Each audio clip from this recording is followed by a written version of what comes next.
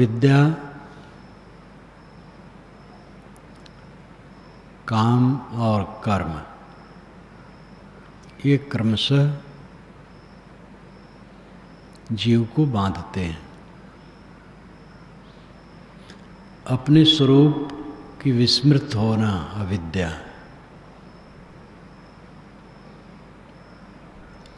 ज्ञान ही नहीं है इसलिए अविद्या है।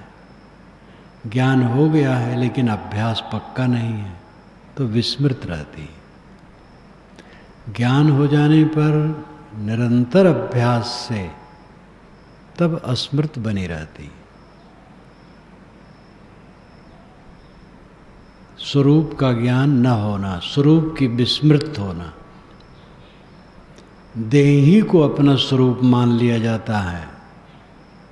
मैं देह से भिन्न आत्मा हूं, इसकी समझ नहीं, और समझ हो गई तो जागरूकता नहीं, अस्मृत नहीं। ये मूल है भव में भटकने का। दावानल संसार दहकता हुआ सब जीव जल रहे हैं। मानसिक शारीरिक ताप में सब जीव जल रहे हैं, और इसी में समझते हैं लाभ। देह धरना, इंद्रियों के भोग में उलझना, जलना, रात दिन जलना जलना और कुछ नहीं। घोर अविद्या का ये परिणाम है। स्वरूप को न जानना, यानी अपने आत्मा को न जानना, मैं देह से भिन्न आत्मा हूं, ये न जानना, या विस्मृत रहना, दोनों में बंधन बनते हैं। जानता ही नहीं है तो सब समय बंधन बनता है। जानता है लेकिन विस्मृत है, अभ्यास पक्का नहीं है तो बंधन बनता है। अविद्या के बाद काम, ललक, भोगों के लिए ललक, दुनिया की चीजों के लिए ललक, खिंचाव। अविद्या है इसलिए बाहरी दृश्यों में खिंचाव होता है। यही काम है। काम का मतलब केवल मैथुन क्रिया नहीं, वो तो है ही है, तो भयंकर भावधारा है। लेकिन और छोटी छोटी कामनाएं जीव को बांधती। लोगों से नमस्कार कराने की इच्छा हो, वो भी काम है। स्वयं हम नमस्कार कर ले, नमस्कार कराने की इच्छा क्यों? अपने को बड़ा मनवाने की, पुजवाने की इच्छा, ये काम है। कुछ भी पाने की इच्छा काम है भौतिक भोगों में। ये ललक, खिंचाव, काम, कामना जीव को और गहरे में डाल देती है। तो उसके पश्चात कर्म चलते हैं। कर्म जो कुछ किया जाए वो सब कर्म में नहीं आता है, बांधने वाले कर्म में। जिसके मूल में राग द्वेष होता है वो कर्म होता है। वैसे कर्म सबको कहते हैं, राग द्वेष छोड़ करके भी जो किया जाए तो वो भी कर्म है, लेकिन उसको कर्म बंधन नहीं कहा जाता है। रस्सी से पैर बंधा है तो रस्सी से पैर को बांधा, ये कर्म है, और फिर उसको खोला, ये भी कर्म है। एक कर्म है बोना उपजे बीज बहुत, एक कर्म है भूनना उगे न अंकुर सूत। श्री गुरुदयाल साहब कहते हैं बीज खेत में डालना एक कर्म है,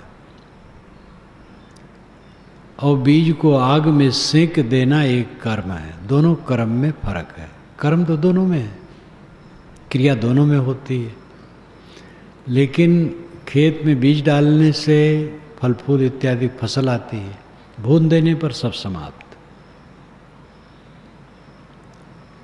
तो जिसमें समाप्त होता है उसको कर्म नहीं कहा जाता है, कर्म बंधन नहीं कहा जाता है। जिससे बंधता है जीव उसको कर्म बंधन कहा जाता है। मन में राग और द्वेष है, उसके आधार पर जो सोचा जाता है, बोला जाता है, वो किया जाता है, वो कर्म बंधन है। राग पूर्वक सोचा जाएगा तो कर्म बंधन होगा, द्वेष पूर्वक सोचा जाएगा तो कर्म बंधन होगा। और कर्म बंधन आया बस पूरा समाप्त है। भटको, भटकते रहो, भटकते रहो। इसी भवधारा में सब जीव भटक रहे हैं, अविद्या, काम और कर्म के क्रम में। इसको समझने वाले कितने हैं, और जो समझ लेते हैं उनमें से प्रयोग करने वाले कितने हैं। जो इसी के लिए वाना पहनते हैं, जब वह विचित्र विचित्र क्रिया में लगे रहते हैं, बिल्कुल अपनी साधना को छोड़ करके विपरीत दिशा में बहते रहते हैं, तो और घोर अंधकार में संसार में किससे आशा की जाए कि इसको समझे और करे। ये आश्चर्य होता है। जो लोग घर द्वार छोड़ देते हैं, घर द्वार छोड़ना भी सहज नहीं, बहुत मेहनत से छूटता है। सबका अपना अनुभव, मेरा भी अनुभव है। 3 वर्षों के परिश्रम से मेरा मोह घर का टूटा था, और जब मुझे ये समझ हुई तो अकेले में रात में कई बार मुझे याद है कि रोता था कि इतना जकड़ाव है, कैसे छोड़ पाऊंगा, और छूटेगा नहीं तो काम पूरा नहीं होगा। जब तक भक्ति में लगा रहा तब तक जप और ध्यान और चिंतन और संध्योपासना और सब खूब उसमें डूबा रहता था। तब तक ये भान नहीं था कि घर छोड़ना चाहिए। जब कबीर साहब के विचार मिले, आत्मबोध की बात मिली, तब लगा कि इसको छोड़ना पड़ेगा, और ये छोड़ना बड़ा मुश्किल है। कुछ ऐसी स्थिति थी कि सुसंस्कृत परिवार, कहीं से कोई खटक नहीं, कहीं से कुछ नहीं, तो और मोह, अनुकूलता में और मोह होता है। तो कई बार रो देता था अकेले में, दिखावा करके कभी नहीं रोया, लेकिन लगन थी। कई बार मैं अपना संस्मरण बताता हूँ कि बैसाख का महीना था। एक पारखी संत, तब तक हमारी भी प्रसिद्धि उस क्षेत्र में हो गई थी कि वो पारखी संतों के भक्त हैं, तो संत अकेले आ जाते थे, अकेले दुकेले।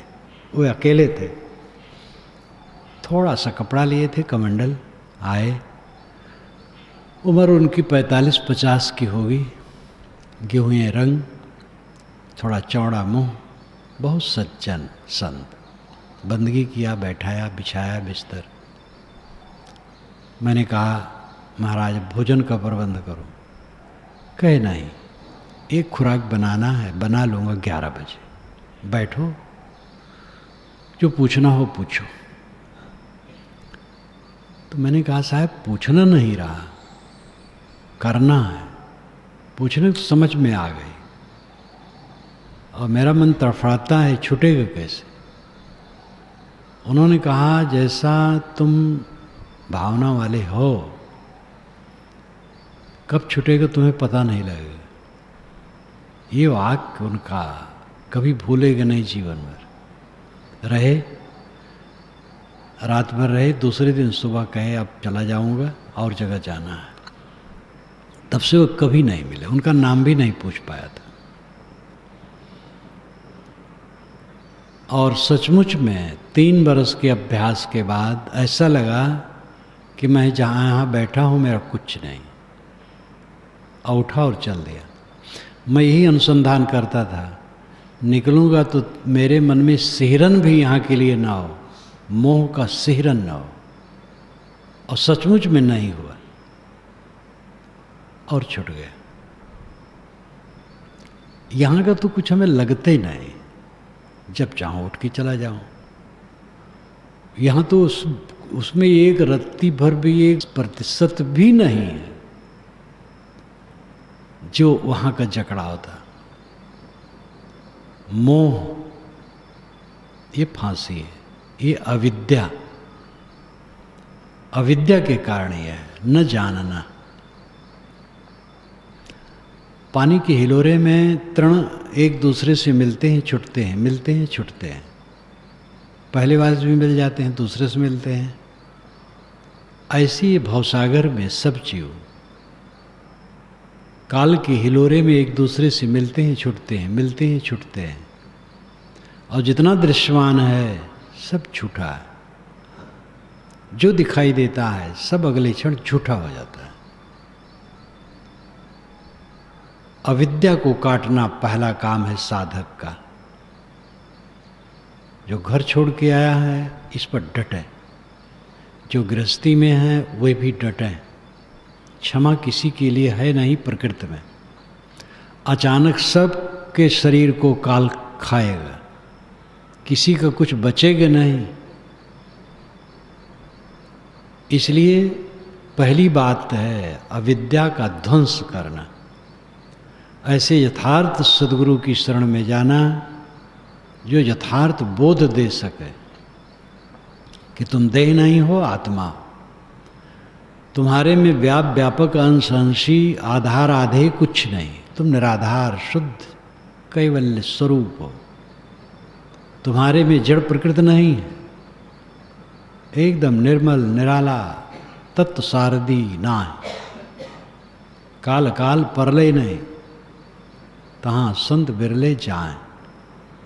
तो जाना कहाँ है, बस अपने मन को समेटा, अपने में स्थित हुआ, पहुंच गए। बोध अविद्या का विनाश, बोध से अविद्या का विनाश होता है। समझ में बात आ गई लेकिन उस पर डटा नहीं गया तो काम नहीं करेगा। जब उसी के लिए निरंतर रतिगति हो और ये भवताप को जो देख पाएगा उसकी रतिगति होगी। और जो बच्चों के सरीखे खिलौने में भूला रहेगा उसको नहीं होगी। दुनिया की चीज़ों में भूलेगा और ये धर्म की चीज़ों में भी भूलेगा। मान बढ़ाई मिल रही, पूजा मिल रही, सत्कार मिल रहा है, बस हो गया, कृतार्थ हो गए। भटक जाएगा। दृश्यमान सच है ही नहीं, वो झूठ हो जाता है। परखे रूप अवस्था जाए, आन विचार न ताहि समाए। सब समय परख में जाए, दूसरे विचार न समाए। अविद्या का ध्वंस, पूर्ण रूप से अविद्या का ध्वंस होना चाहिए। फिर काम नहीं होगा, कामना नहीं हो, कोई ललक नहीं होगी, कोई खिंचाव नहीं होगा। परमानंद पद, परम सुख, आत्यांतिक सुख, जिसमें क्लेश नहीं है, पीड़ा नहीं है, संताप नहीं है, भय नहीं है, वह पद मेरा अपना ही है। जीव की सबसे बड़ी यही लालसा है कि पीड़ा मन में न हो, तकलीफ न हो, और यह स्वराज्य अपने अंदर ही है। अविद्या काम कर्म के कांटे को निकालो। अविद्या से काम, काम से कर्म, फिर भवसागर में भटकना। स्वरूप की विस्मृति अविद्या है। दृश्य पदार्थों में ललक खिंचाव काम है। फिर राग है और द्वेष है। और राग द्वेष से आबद्ध चित्त जो सोचता है वो कर्म बनता है, जाल। और जो बोलता है वो जाल बनता है, और जो करता है वो जाल बनता है। और इसी में सब भटक रहे, सब भटक रहे। इसको जो काटे वो समझदार है और कोई समझदार नहीं। व्यवहारिक समझदारी भी जरूरी है, उसका उपयोग है। शरीर जब तक है, केवल आत्मा नहीं है, देह भी है, तो देह के लिए व्यवहार की जरूरत होती है, इसलिए उसमें भी समझदारी होनी चाहिए। लेकिन असली समझदारी क्या है? जो अपने को हर समय दुख से अलग रख सके, वो समझदार है। और दुख से अलग रखने के लिए एक ही तरीका है, अपने को मारना, दूसरे को नहीं। अपने विरोधी को भी दुख देने की भावना ना होना। हमें किसी ने कुछ कह दिया है, हमारा नुकसान कर दिया है, सब ठीक है, जैसी समझती वैसी किए। हमें अपने को मारना है। बोध का रास्ता स्वयं शोधन का है, पर शोधन का नहीं। दीन जानी अपनाओ। थोड़े थोड़े में तो गुरुजनों ने बहुत बता दिया। प्राप्त जीव इच्छा नहीं, केवल हंत छुड़ाओ। निज स्वरूप लिख दिया जो दीन जानी अपनाओ। रामराज साहब पंचग्रंथी में कहते हैं, प्राप्त जीव इच्छा नहीं। जीव को प्राप्त करने की कोई इच्छा कुछ नहीं करना है। तब क्या करना है? केवल हंत छुड़ाओ, केवल अहंकार छुड़ाना है। शरीर, मन, वाणी, कर्म, नाम, रूप, जो कुछ लिपटा है जंजाल, जो हमें रात दिन जला रहा है, उसी का अहंकार छुड़ाना है। अविद्या बस इसमें प्रियता है। जो जंजाल लिपटा है उसमें प्रियता है, इसलिए जलता है। अविद्या मिट जाती है तो फिर इसका अहंकार रात दिन छोड़ता है। अहंकार महापिशाच है जो सबको पीस रहा है। अहंकार की अग्नि में दहत सकल संसार। तैसे बाँचे संत जल, केवल शांति आधार। जो अपने को समझ लिया वो अपने ही को धुनता है। आजकल में देह छूट जाएगी, पता नहीं लगेगा किसी का। और भवसागर में पड़ा है, संस्कार शेष है तो भटकता रहेगा। जीवन में रहते रहते कुल खोता चला जाता है। यहाँ थोड़ी उम्र के जो बच्चे बैठे हैं वो याद कर सकते हैं कि उनके 10-15 वर्ष के पहले की बहुत चीज़ें उनके सामने कहाँ। बूढ़े लोगों को तो और अनुभव होता है, कितनी दृश्यावलियाँ लुप्त हो चुकी हैं। जिसमें हम क्षुब्ध हुए थे, आकर्षित हुए थे, वो कुछ भी नहीं, सब तमाशा। अविद्या, काम और कर्म, इन तीनों को ठीक से समझ लेना चाहिए। स्वरूप की विस्मृति, स्वरूप का अज्ञान अविद्या। स्वरूप का अज्ञान स्वरूप, स्वखुद रूप पदार्थ, अपना पदार्थ। जो चाहो निज तत्व को शब्द ही लेहु परख। निज तत्व, अपना पदार्थ, स्व अस्तित्व है। मेरा अपना होना अपना पदार्थ है। इसकी विस्मृति है, ख्याल नहीं। ये भव का मूल है। जहां ज्ञान ही नहीं है वहां तो गर्गाप है, पता ही नहीं है। लेकिन जिनको हो गया है ज्ञान, संतों से, गुरुजनों से, पुस्तकों से,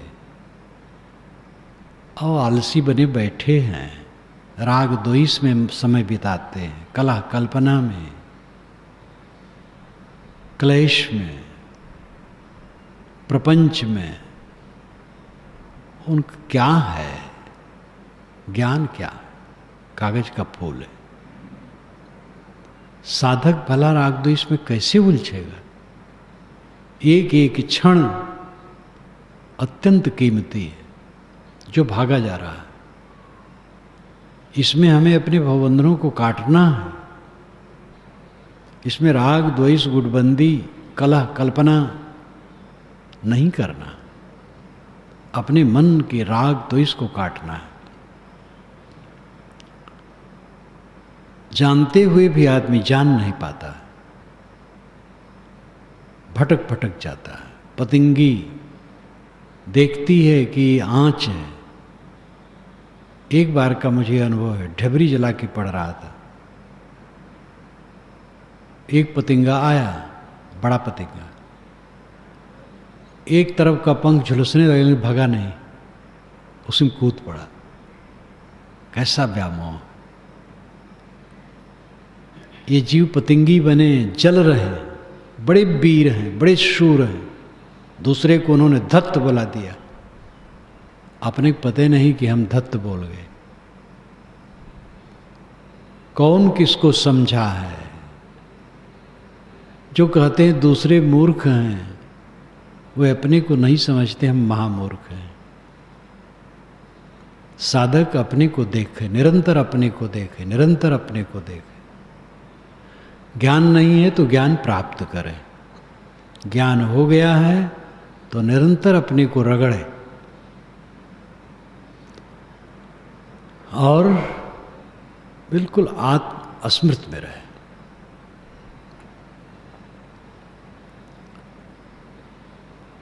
अत्तना चोदयत्तानम पटिवासयत्मत्तना सोत्तुगुत्तो सतिमा सुखम भिक्खु विहाहिस। ये तथागत बुद्ध कहते हैं धम्मपदम में। अत्तना चोदयत्तानम,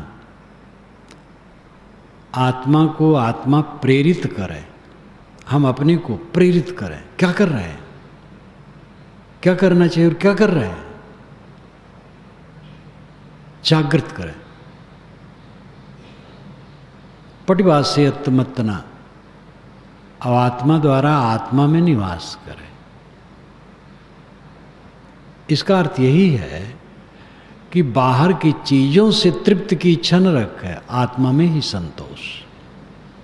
पटिवासयत्मत्तना सो अत्तुगुत्तो, वो अत्तुगुप्त है, आत्मगुप्त। आत्मगुप्त नाम आत्म सुरक्षित, अपने आप में सुरक्षित है। जो अपने को स्वयं जगाता है, अपनी नींद भंग करता है और अपने में संतुष्ट रहता है, वो आत्म सुरक्षित है। सतिमा, अस्मृतमान है वो। संतो जागत, नींद न कीजिए, संतो जागते रहो, नींद न करो। वो जागता है। सुखम भिक्खु विहाहिस, ऐसा साधक सुख पूर्वक सोता है, सुख पूर्वक जागता है, सुख पूर्वक दिन भर का काम करता है, सुख पूर्वक विहार करता है। सुखम भिक्खु विहाहिस, ऐसा भिक्षु, ऐसा साधक सुख पूर्वक विहार करता है। दर फर करके कुछ अन्न मिल जाए, मोटा महीन पका के खा ले, और तन ढकने कुछ कपड़े मिल जाए और सोने की जगह और मन का संतोष, इससे बड़ा वैभव कुछ नहीं। थोड़ा अन्न मजबूरी है, लेना पड़ेगा, कपड़ा भी लेना पड़ेगा, ठंडी गर्मी लगती है, मर्यादा भी है, जगह दो चार हाथ चाहिए ही सोने के लिए। और क्या है इस संसार में? असली काम है चित्त की शांति। अविद्या, स्वरूप का ज्ञान अथवा स्वरूप की विस्मृति है, और इसी से काम उत्पन्न होता है। ललक, खिंचाव, बाहर से हम कुछ चाहते हैं। जिस मूर्खता में अनादिकाल से पड़े थे, उसी मूर्खता में आज पड़े। साधक देखे, ब्रह्मचारी है, साधु है, बूढ़ा साधु है, 50 बरस का साधु है। साधु पुराने हैं तो सही, पर जब तक नए नहीं तब तक नए हैं। ये हमारे गुरुजी बारंबार कहा करते थे। जब तक नए नहीं यानी झुके नहीं तब तक नए ही हैं। वो काम नहीं करता कितने दिन के साधु हो, क्या उम्र है, मन की स्थिति क्या है। एक छोटा बच्चा है, मन निर्मल है तो बस पहुंचा है, और बड़ा ज्ञानी वो बूढ़ा बैठा है और उलझा है तो कहाँ पहुंचा हो, तो बाहर भटक रहा है। अविद्या को मिटाओ, अस्मृतवान बनो, आत्म जागृत बनो। आत्म जागृति होगी फिर ललक नहीं होगी। ललक अपना पतन है, बाहरी ललक अपना पतन है, भोगों की तरफ खिंचाव अपना पतन है। और जहां वो पतन हुआ फिर कर्म का जाल शुरू हुआ। फिर मन सोचेगा खराब खराब बात, और जब मुंह से निकलेगा तो वही खराब बात, और इंद्रियों से करेगा तो वही खराब क्रिया। अपने जाल बिछाई के आप फंसे मतिमंद, कहाँ रोग कहाँ औषधि कैसे मिले आनंद। अपना ही हम जाल बिछाते हैं और अपना स्वयं फंसते हैं। कौन औषधि है, कहाँ रोग कहाँ औषधि, कैसे मिले आनंद। रोग कहीं औषध कहीं है, रोग पर औषध हो ही नहीं रही है, कैसे आनंद मिलेगा। अखंड आनंद, आत्यांतिक सुख, कैवल्य, ब्राह्मी स्थित, स्वरूप स्थित, पारक स्थित, असंग दशा, इन सारे शब्दों का अर्थ एक ही है। निष्काम निर्माण होकर के आत्मतृप्त रहना। मैं पहले पुराणों में पढ़ता था, मेरा पढ़ना ज़्यादा रामचरितमानस, गीता, पुराण, कभी कभी वेद भी उस समय समझो न समझो पढ़ा करो, और भी जो मिल जाए। ज़्यादा पुराण पढ़ो, थोड़ी उम्र में पुराण की चीज़ें, किस्सा कहानी, उसी में ज्ञान वैराग भी, उल्टा सीधा महिमा भी, तो उसमें बीच बीच में आवे कैवल्य परम पद को पा गए, तो उस समय यही समझो कि ऊपर एक दिव्य लोक होगा और वहाँ पर बहुत बढ़िया बिस्तर बिछा होगा और वहीं पर बैठ जाता होगा, वही कैवल्य होगा। पुराणों में ऐसी कल्पनाएं भी हैं। ये तो जब धीरे धीरे समझा तब पता लगा कैवल्य का अर्थ ही है अकेलापन।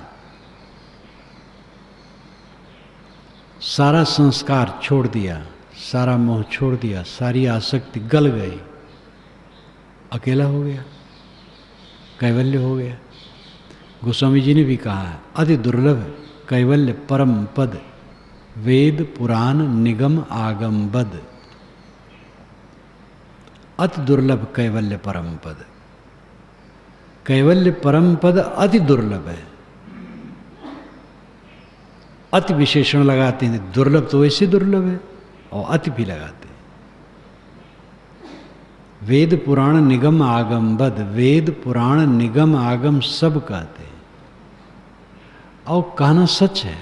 देखा जाता है साधक को कहाँ कहाँ भटक रहे, क्या करने आए, क्या सोच रहे।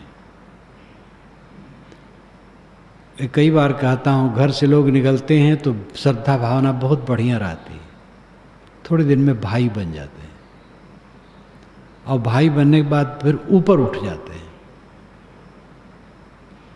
तो ऊपर उठ गए तो फिर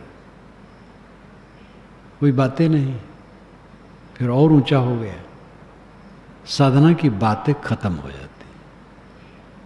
लेकिन सब ऐसे नहीं होते हैं। कुछ लोगों के मन में ग्लानि होती है इस भवताप को देख करके, जागरूकता होती है, वे अपने आप को निरंतर शोधते हैं और सदैव दीन वचन उच्चार, भक्ति भावना लेकर के जीवन व्यतीत करते हैं।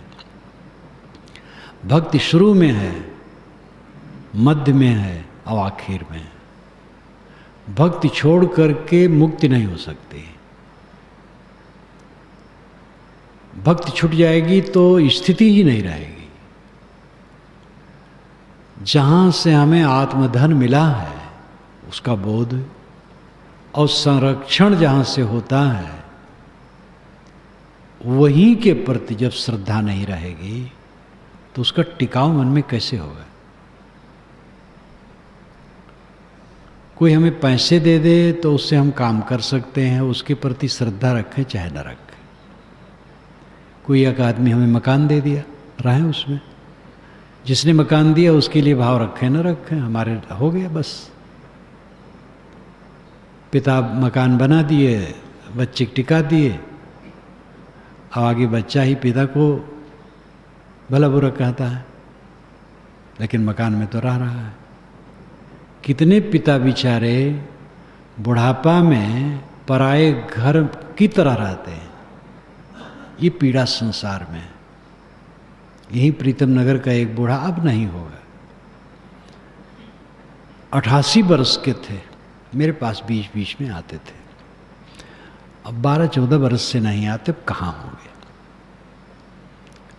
कहे महाराज मेरे 2 लड़के इंजीनियर हैं, एक तो दूर है एक निकट है, और जब वो ऑफिस से आता है तो ड्राइंग रूम से मैं पहले ही निकल करके गली में चला जाता हूँ। ड्राइंग रूम में मैं रहता हूँ तो उसको अच्छा नहीं लगता। कैसा संसार है। लेकिन तो वे लोग क्या सुखी रहेंगे इस ढंग से करने वाले। अविद्या में पढ़ करके सब झुलस रहे। खाने पीने की कमी किसी किसी को हो सकती है, ज़्यादा तो कमी अज्ञान से है। जैसा सोचना चाहिए सोच नहीं पाते, जैसा बोलना चाहिए बोल नहीं पाते, जैसा करना चाहिए कर नहीं पाते, और जहाँ ये उल्टा करते हैं बस उसी जाल में उलझ करके रात दिन चलते रहते हैं। और इसी को उल्टा देना है। सही समझना, सही सोचना, सही बोलना, सही करना, सारी गुत्थियां खुल जाए। निर्ग्रंथ मन शीतल आनंद कंद।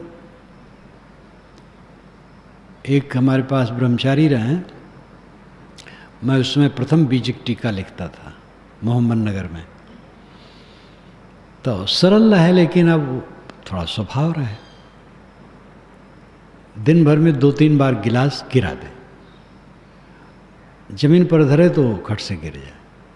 अच्छा साहब अब ऐसा नहीं करूँगा, क्षमा कीजिए। फिर गिर जाए, अच्छा साहब अब क्षमा मांगता, फिर ऐसा नहीं करूँगा। और रोज गिरे और रोज ऐसा करे। अब स्वभाव उसका रहे। तो मैं कहूँ भाई तुम इसको भी नहीं सुधार पाते हो। गिलास सहारे से धरो तो नहीं गिरेगा।